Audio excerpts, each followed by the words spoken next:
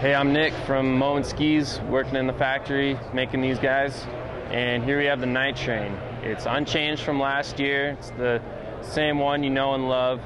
And it's one of our more popular models. It's 123 underfoot and flat underfoot with rocker in the tip and tail.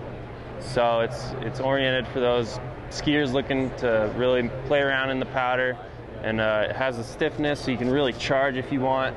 It's a pretty versatile ski, and the great thing about it is it'll serve you well in the backcountry.